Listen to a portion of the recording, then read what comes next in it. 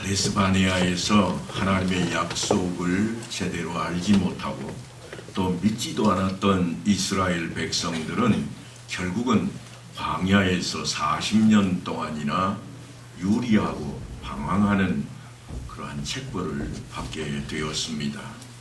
그래서 젖과 꿀이 흐르는 땅, 가나안 땅을 눈앞에 두고도 광야로 다시금 선회하는 발걸음을 옮기고 있습니다. 그런데 그들에게 또다시 한 차례 위기가 닥쳐옵니다. 그것은 당을 지어서 반역하는 내용으로 시작되고 있습니다. 레위의 증손 고앗의 손자 이스알의 아들 고라와 루벤 자손 엘리압의 아들 다단과 아비람과 벨렛의 아들 온이 당을 짓고 이스라엘 자손 총회에서 택함을 받은 자 곧 회중 가운데에서 이름 있는 지휘관 250명과 함께 일어나서 모세를 거스르니라. 여러 사람이 지금 집단 행동을 하고 있습니다. 그것도 유지들이 많이 모여서 모세에게 반발을 하고 나선 겁니다. 물론 모세에게 반발을 했던 것이 이번이 처음은 아닙니다. 아론과 미리암이 일찍이 모세를 통해서 반역했던 때가 있었습니다. 하지만 그때에는 가족 몇 사람이 그랬지만 지금은 비교할 수 없을 정도로 강한 모습으로 압박을 가하고 있습니다. 그 규모만 봐도 심각할 정도입니다. 중심 인물을 보니까 레위 지파에서는 고라요, 루벤 지파에서는 이제 그들의 우두머리뻘이 되는 다단과 아비람과 그리고 온이 있고 그들을 추종하는 세력도 만만치가 않습니다. 이름 있는 족장들이 250명이나 됩니다. 그들이 모세와 아론 앞에 나섰습니다. 너희가 분수에 지나도다. 회중이 다 각각 거룩하고 여호와께서도 그들 중에 계시거늘 너희가 어찌하여 여호와의 총회 위에 스스로 높이느냐. 그러니까 그들을 향해서 지금 이들이 외치고 있는 것은 이 분수도 모르는 놈들아, 그렇게 외치고 있는 겁니다. 백성들 모두가 다 거룩하지 않더냐. 여호와께서 그들과 함께 계시는데 너희가 뭔데 스스로 높은 자리에 올라 군림하고 있느냐. 하나님이 택하신 백성이 우리가 아니더냐. 지금 그렇게 외치고 있습니다.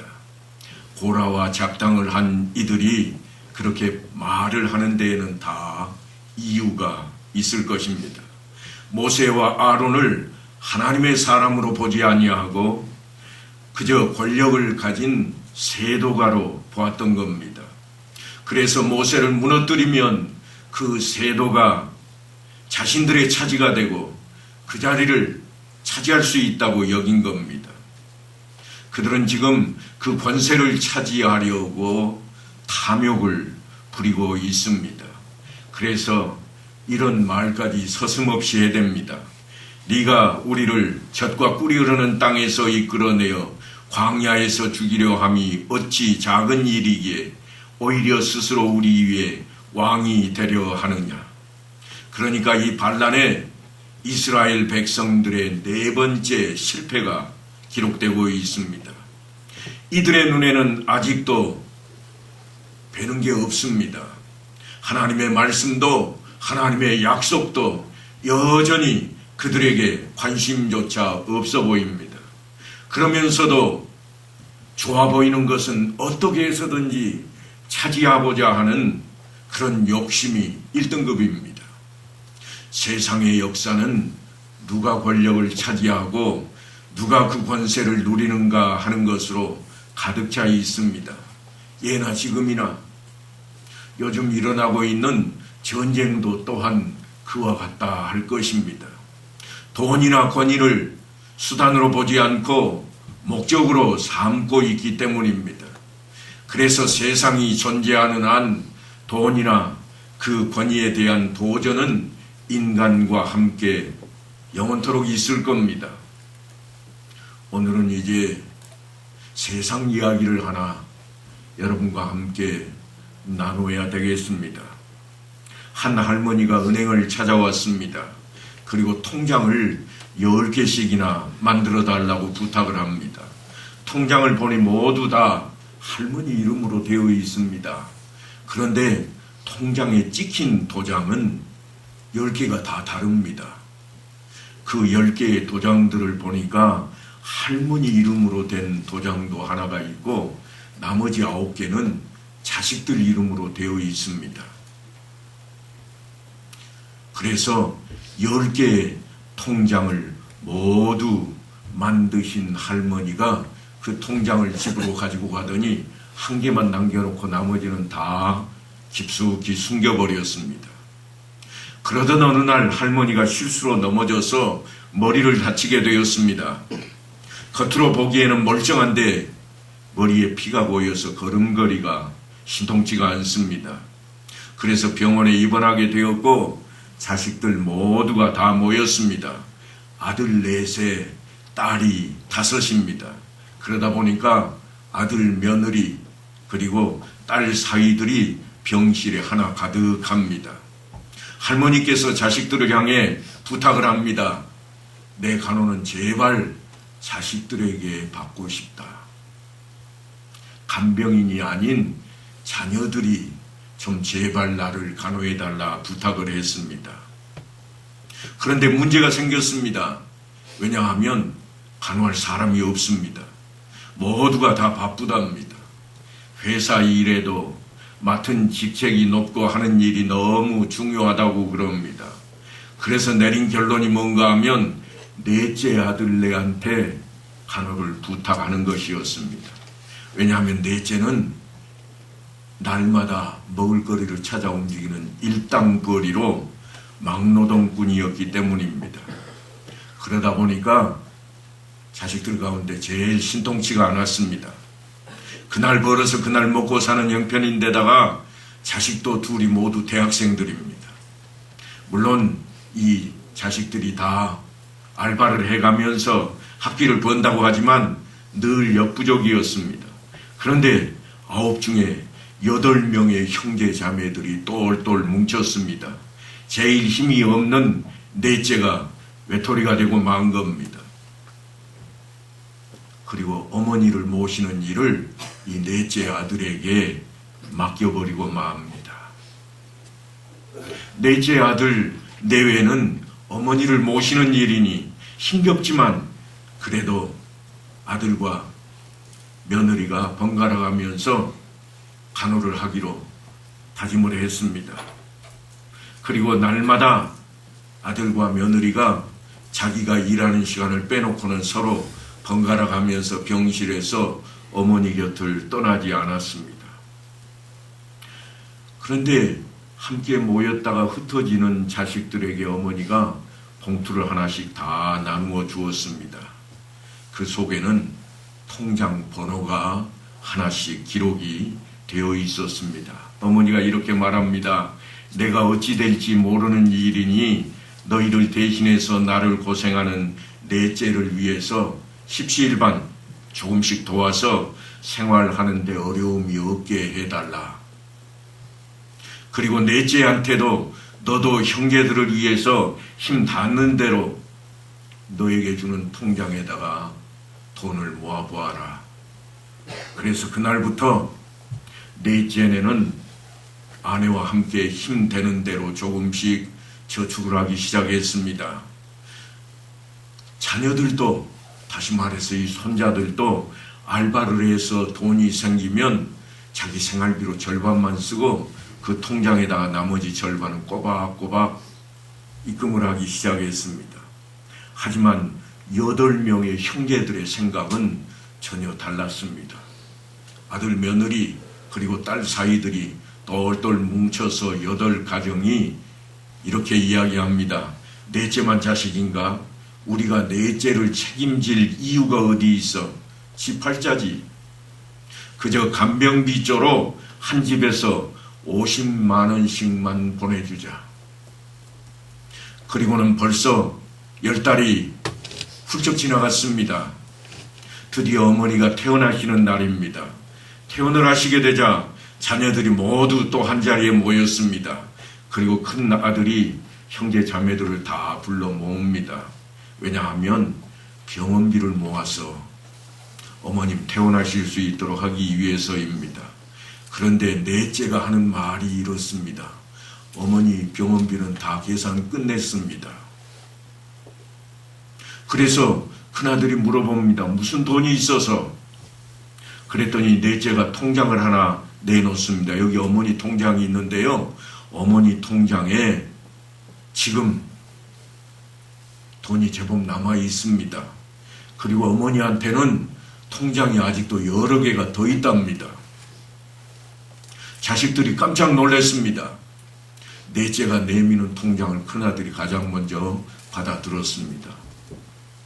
억소리를 내면서 다른 동생들한테 내밉니다. 통장에는 보니까 병원비를 계산하고도 2억 5천만 원이 넘는 돈이 잔액으로 남아 있었습니다. 아니, 아버님이 돌아가실 때에는 남은 재산이 없다고 유산은 한 푼도 안 주더니 어머니께는 얼마나 드린 거야 대간절? 통장에 이거 말고도 아직도 많이 있다는데. 자식들은 저마다 생각에 잠겼습니다. 그리고 어머님을 이제 퇴원을 하셨으니까 고향집으로 모시고 내려갔습니다. 어머니를 고향집에 모셔놓고 자식들이 다 흩어서서 이제 자신들이 일하는 일터로 돌아갑니다. 그런데 그들 가정마다 하는 이야기가 이렇습니다. 여보, 우리가 너무 소홀해서 자주 찾아뵙자고. 말은 그렇게 하지만 사실 속내는 다 다릅니다. 이제 하루가 멀다 하지 않고 형제들이 어머님이 계시는 고향집을 찾습니다. 올 때마다 마을 해관에도 한 번씩 들립니다. 그래야 사람들이 알아주니까요. 수박을 한 덩이 사들고 오기도 하고 떡을 한 보따리 가져다가 풀어놓기도 합니다. 그래서 사람들이 모두 다 할머니 자식 농사 잘 지었네. 이번 주에도 한때가 몰려왔다가 돌아갔습니다. 그런데 올 때마다 자녀들은 깨끗하게 집을 치운다는, 청소한다는 미명하에 이곳저곳을 뒤지고 있습니다. 뭘 찾고 있을까요? 틀림없이 찾는 게 있을 겁니다. 그런데 형제들이 다 다녀가는데 넷째는 그렇게 어머니를 효성스럽게 병원에서 간호하던 넷째는 한 번도 찾아오지를 않습니다. 넷째 며느리가 하루가 멀다 하지 않고 어머니께 전화를 합니다. 어머니 죄송해요. 찾아뵙지 못해서 먹고 살기가 정말 힘드네요. 하지만 어머니 말씀처럼 형제들을 위해서 꼬박꼬박 통장에 되는 대로 조금씩 넣고 있어요. 부족하지만 용서하세요. 어머니를 모시지 못해 송구스러울 뿐입니다. 그 넷째네 손주들도 하루가 멀다 하지 않고 전화합니다. 할머니, 연말에 우리는 꼭 갈게요. 왜냐하면 지금 우리가 집에 한 번씩 갔다 오면 차비로 돈 다 써요. 그러니까 그 통장에다가 저금해야 되니까 할머니 연말에 가서 할머니 뵐게요. 졸업하면 내가 직장에 들어가서 할머니 모셔다가 함께 살게요. 그렇게 해서 10년이 훌쩍 또 지나갔습니다. 그리고 할머니 명령이 떨어집니다. 자식들은 모두 다 모여라. 손주들도 빠짐없이 다 모여라. 그래서 시골집이 어느 날 아주 시끌벅적합니다. 그런데 집에 자식들 말고 한 사람이 더 찾아왔습니다. 훤칠하게 양복을 차려입은 신사입니다. 그는 서류 가방을 들고 있습니다. 바로 변호사입니다. 할머니가 자식들과 손주들을 다 대청마루에다가 앉혀놓고 변호사를 소개합니다. 그리고 돌아가신 할아버지의 유언장을 변호사에게 읽게 했습니다. 거기에는 2개의 유언장이 있었습니다. 이미 할머니에게 전해진 유언장이 하나 있습니다. 그 유언장을 먼저 이 변호사가 읽습니다. 여보, 내가 죽거든 자식들 모두에게 통장을 하나씩 만들어 주시오. 그리고 제일 가난한 형제를 위해 그곳에 조금씩이라도 저축을 하게 하시오. 10년이 지나거든 그 통장에 예금된 돈의 100배를 각자에게 유산으로 남겨주시오. 당신은 다 나머지 차지하면 되겠소. 그러한 유언장이었습니다. 이번에는 자식들에게 전해진 유언장입니다. 그 유언장이 이렇게 쓰여 있습니다. 내 아들과 딸들아, 너희는 무엇을 찾느냐? 통장이냐? 네 어머니의 마음이냐? 이제라도 정신 차리고 나의 마음을 붙들어라. 돌아가신 분이 보고 있는 것 같습니다. 한바탕 소동이 일어났습니다. 8명의 형제들이 작당을 해서 제일 약한 형제를 무시했지만 이제는 달라졌습니다. 유산 상속을 바꿔보니 정말 엄청난 차이가 났기 때문입니다. 형제들 8명은 모두 똑같이 받았습니다. 작당을 해가지고 50만 원씩만 넷째를 도와주자 그래서 50만 원씩만 통장에다 입금했던 형제들에게 전부 동일하게 유산으로 5천만 원씩 통장에 입금된 것을 이 변호사가 자기들 이름으로 도장이 찍혀있는 그 도장과 함께 나누어 주었습니다. 그리고 넷째는 어떤 결과가 일어났는가 하면 전혀 다릅니다. 부부가 한 마음으로 또한 자식들까지 한 마음으로 열심히 형제들을 위해서 어려운 살림에도 저축하고 저축했더니 모은 돈만 해서 얼마인가 하면 2,800만 원이 넘습니다. 그러니까 100배니까 얼마만큼 받았을지 상상이 가시죠. 어마어마합니다. 이 넷째는 형제를 사랑하는 어머니의 마음을 읽었습니다. 그리고 어머니의 뜻을 따랐습니다. 이제는 마음 놓고 어머니를 모실 수 있는 유산도 상속받게 되었습니다. 종종 우리 교회가 찬송이 죽었다는 이야기를 제가 듣습니다. 기도가 죽었다는 이야기도 듣습니다. 그것도 남이 아닌 우리 교회 성도들로부터 듣습니다. 그래서 곰곰이 생각을 해보았습니다. 예배를 드리고 있고 또한 함께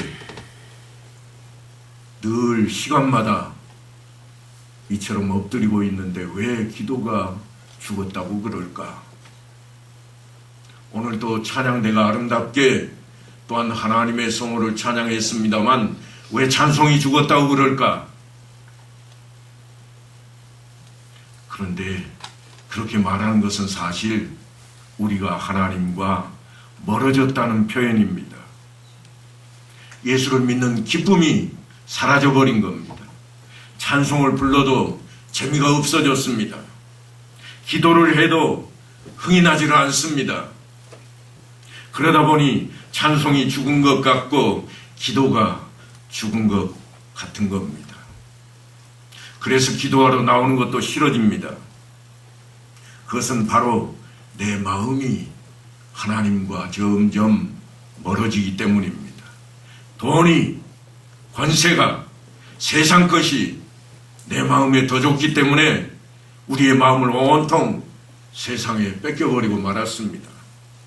그래서 하나님께서는 이는 내 생각이 너희의 생각과 다르며 내 길은 너희의 길과 다름이라 그러시는 겁니다. 뿐만이 아닙니다. 네가 내 마음에 이르기를 내가 하늘에 올라 하나님의 무별 위에 내 자리를 높이리라. 내가 북극 지폐의 산 위에 앉으리라. 가장 높은 구름에 올라가 지극히 높은 이와 같아지리라 하는도다. 이사야 선지자의 외침처럼 우리가 세상에서 높아지기를 바라고 세상에서 무언가를 움켜쥐기를 바라는 자리로 향하고 있는 모습입니다. 고라와 작당을 했던 이 무리들은 바로 그 권세, 그 권위를 목적으로 본 사람들이었습니다. 권세를 누리기 위해서라면 어떻게 해서라도 그 자리를 차지하기 위해 작당을 하는 그러한 모습으로 모세 앞에 그들이 섰습니다. 우리는 종종 어처구니 없는 일을 당하기도 합니다. 그때마다 우리는 어떻게 처신을 해야 할까요? 성경에 보니까 모세가 그 일을 어떻게 해결해 나가는지 우리에게 그 과정을 보여주고 있습니다. 우리가 눈여겨보아야 할 것은 이 사건을 풀어가는 모세의 행동입니다. 모세가 듣고 엎드렸다가 4절 말씀에 보니 그렇게 기록을 해놓고 있습니다. 이 말씀은 작당을 하고 나선 그들의 이야기를 듣고 그들 앞에 반응하는 모세의 모습이 아닙니다. 전에도 말씀을 드렸지만 성경을 기록하는 그 방식에는 단락이라고 하는 구분을 짓는 자리가 표시가 되어 있습니다. 동그라미 표식이 되어 있는데 4절을 시작하면서 동그라미로 시작합니다. 그러니까 4절 말씀은 이어지는 말씀의 시작이 되는 부분입니다. 그들의 숫자와 그 위세에 짓눌려 굴복했다는 그런 내용이 아니라 하나님의 말씀을 듣기 위해 하나님 앞에 엎드렸다는 뜻입니다. 그리고 모세는 결코 고라와 작당을 한 사람들 앞에 숫자로 밀어붙이고 있지를 않습니다. 자신이 가지고 있는 기득권을 이용해서 힘과 권력으로 그들을 제압하고 있지를 않습니다. 틀림없이 모세 앞에는 병사들도 또한 많은 무리들 중에 우두머리를 뽑은 장로들도 있었을 것입니다. 그러나 그들을 한 번도 불러세우지 않았습니다. 이 일을 어떻게 수습해야 할지 종에게 일러 주옵소서. 모세는 하나님 앞에 엎드렸습니다. 권위의 원천이 되시는 하나님 앞에 지혜를 구하고 있는 겁니다. 그래서 모세가 그들에게 이르기를 다음날 아침에 각자의 향로를 가지고 성막 앞으로 모이라 그럽니다. 그때의 성막에는 분향단이 있어서 제사장이 매일같이 아침과 저녁으로 여호와 앞에서 향을 피웠습니다. 그리고 각 가정에도 가정마다 향로가 하나씩 다 있었습니다. 그래서 가정에 가장 으뜸이 되는 자, 가주가 그 향로를 주관하고 있었습니다. 그 향로는 늘 하나님의 지혜를 구하고 기도할 때마다 향을 피우는 일을 행했던 것입니다. 그래서 각 가정마다 사용하던 그 향로를 이제 우두머리들이 하나씩 들고 다 모였습니다. 그래서 이제 그 향로를 각자 가지고 나와서 성막 앞에서 향을 피우게 하고 어떤 사람의 것을 하나님께서 흠양하시는지 우리가 함께 보자, 확인해 보자고 하는 제안이었습니다. 모세는 하나님 뜻에 모든 것을 맡겨버렸습니다. 우리는 흔히 누군가 도전해 올 때에 당황하게 되고 그래서 맞서서 대항하기가 쉽습니다. 그런데 모세는 하나님께 맡기고 있습니다. 사도 바울도 우리에게 이렇게 권면을 합니다. 로마서에 보면 원수 갚는 것이 내게 있으니 내게 갚으라 하신 구약 성경의 말씀을 인용해서 너희가 친히 원수를 갚지 말고 하나님의 진노하심에 맡기라 그렇게 외치고 있습니다. 하나님께서도 레위기를 통해 우리에게 들려주는 말씀이 원수를 갚지 말며 동포를 원망하지 말며 내 이웃 사랑하기를 내 자신과 같이 사랑하라 그렇게 말씀하셨습니다. 만일 모세가 힘으로 자신이 가지고 있는 권세로 그들을 제압했다면 백성들은 진심으로 모세를 따르고 그의 말을 청종하는 것이 아니라 두려움에 복종했을 것입니다. 그리고 기회가 닿기만 하면 그들은 또다시 거세게 항의했을 것이 분명합니다. 하지만 모세는 모든 것을 하나님께 맡겼습니다. 하나님의 방법을 철저하게 따랐습니다. 이것이 모세의 온유함이요 위대한 모습인 것입니다. 진정한 지도자의 모습이라 말할 수 있습니다. 그가 모든 것을 하나님께 맡기고 나아갈 때 하나님께서 그 해결책을 주실 뿐만 아니라 친히 위기 때마다 개입을 하고 나섰습니다. 고라가 온 회중을 회막문에 모아놓고 그 두 사람을 대적하려 하며 여호와의 영광이 온 회중에 나타나시니라. 친히 하나님께서 그들 앞에 나타나셨고 심판을 시작하십니다. 땅이 그 입을 열어 그들과 그들의 집과 고라에게 속한 모든 사람과 그들의 재물을 삼키매 그들과 그의 모든 재물 산채로 수월에 빠지며 땅이 그 위에 덮이니 그들이 회중 가운데서 망하니라. 그리고 이어서 성령은 이렇게 우리 앞에 말씀으로 들려주십니다. 여호와께로부터 불이 나와서 분향하는 250명을 불살랐더라. 그들이 받은 벌입니다. 물론 오늘날 이런 벌을 받았다는 소식은 전혀 없습니다.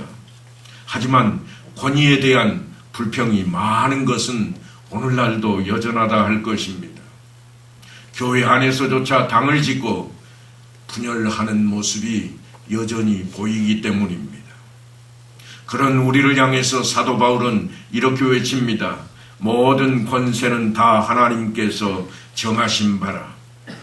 그러니 서로 어떻게 하라고 하는가 하면 하나가 되라고 하는 겁니다. 그 하나가 되는 것은 사랑의 길입니다. 사랑하는 성도 여러분, 사람은 누구라도 부족합니다. 누구라도 연약합니다. 실수할 수 있고 잘못할 수 있습니다. 그래서 책망할 수도 있습니다. 그러나 그것 때문에 미워하지 말 것을 성경은 우리에게 교훈하고 있습니다. 그것 때문에 서로 분열하고 당을 짓지 말 것을 명하고 있습니다. 예수 안에서 우리는 하나입니다. 아버지께서